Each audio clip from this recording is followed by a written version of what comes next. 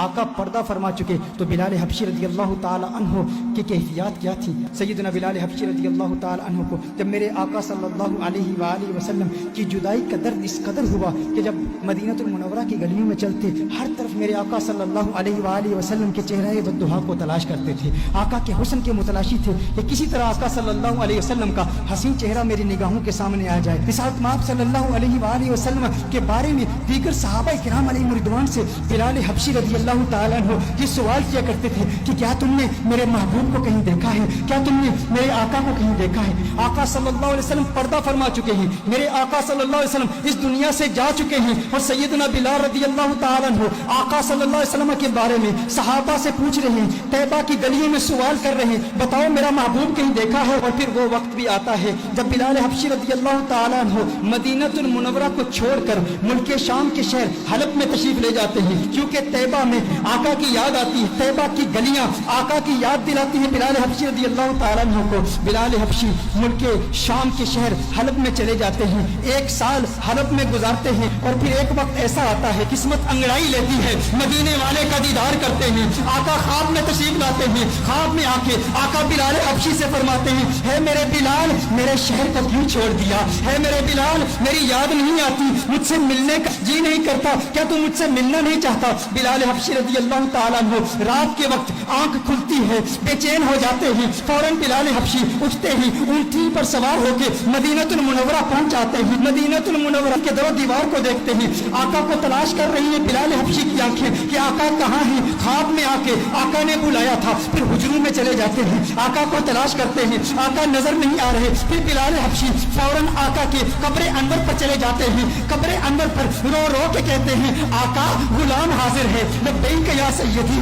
لبیک یا رسول اللہ۔ آقا دیکھیے آپ کا غلام آ گیا، آپ کا عاشق آ گیا، آپ نے خواب میں آ کے حکم ارشاد فرمایا بلال آ جا۔ بلال ملک شام کو چھوڑ کے حلب کو چھوڑ کے آقا آپ کی بارگاہ میں حاضر ہو گیا ہے، آقا میں آپ کی بارگاہ میں آیا ہوں اور آپ پردے میں چھپ گئے ہیں، یا رسول اللہ صلی اللہ علیہ وسلم جلوہ دکھا دیجئے۔ اس کے فوراً بعد ایک کیفیت طاری ہوتی ہے، ایسی وجدانی کیفیت طاری ہوتی ہے کہ بلال حبشی بے ہوش ہو کر گر پڑتے ہیں۔ بہت دیر کے بعد صحابہ کرام علیہ رضوان بلال حبشی کو اٹھا کر باہر لے جاتے ہیں، جب باہر لے جاتے ہیں بلال حبشی آنکھ کھولتے ہیں، اس وقت مدینہ المنورہ کی گلیوں میں ہر طرف شورا ہے، ہر طرف ایک ہی شور ہے، سنا ہے بلال حبشی لوٹ کے آ گئے ہیں، سنا ہے آقا کا غلام لوٹ کے آ گیا ہے۔ چشمے تصور سے تخیل باندھیے ان گھڑیوں کا کہ جب مدینے کے باسیوں نے بلال حبشی کی اذانیں سنی تھی، آقا کی موجودگی میں سنی تھی، ہر طرف ایک ہی چرچا ہے بلال حبشی آ گئے ہیں۔ اب لوگ چاہتے ہیں بلال حبشی کی زیارت کریں کہ آقا کے جانے کے بعد، آقا کے پردہ فرمانے کے بعد، آقا کی جدائی کے بعد بلال حبشی کو کسی نے دیکھا نہیں تھا، 1 سال کے بعد بلال حبشی واپس آئے، اب ہر شخص آتا ہے مسجد نبوی شریف میں بلال حبشی کا دیدار کرتا ہے، اور پھر صحابہ عرض کرتے ہیں ہے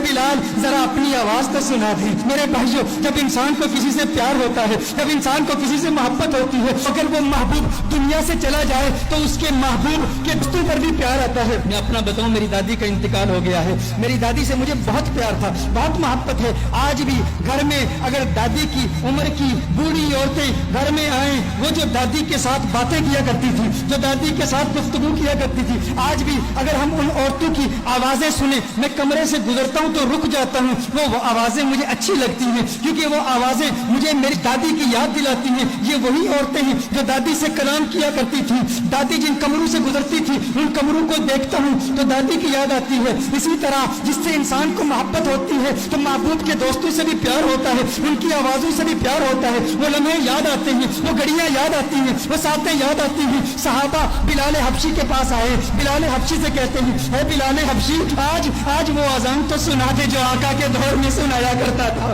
اے بلال آج وہ اذان سنا دے۔ بلال حبشی کہتے ہیں اے صحابہ میرے بس کی بات نہیں ہے، مجھ کو معاف کر دو، کیونکہ جب وہ اذان سناتا تھا تب اشہد ان محمد رسول اللہ صلی اللہ علیہ وسلم پڑھتا تھا، چہرہ بددعا میری نگاہوں کے سامنے ہوتا تھا۔ آج اگر اذان پڑھوں گا آقا کا چہرہ کیسے دیکھوں گا؟ آقا کا چہرہ نظر نہ آیا میرے لیے ناقابل برداشت ہے، میں برداشت نہیں کر پاؤں گا۔ صحابہ نے کہا ایک ہی ترکیب ہے، ایک ہی طریقہ ہے، آج بلال کسی کی نہیں سنے گا، لیکن 2 شہزادے ایسے بھی ہیں جن سے آقا کو پیار ہے۔ آقا نے فرمایا جس نے ان سے پیار کیا اس نے مجھ سے محبت کی، جو ان کا دشمن وہ میرا دشمن، وہ کون ہے؟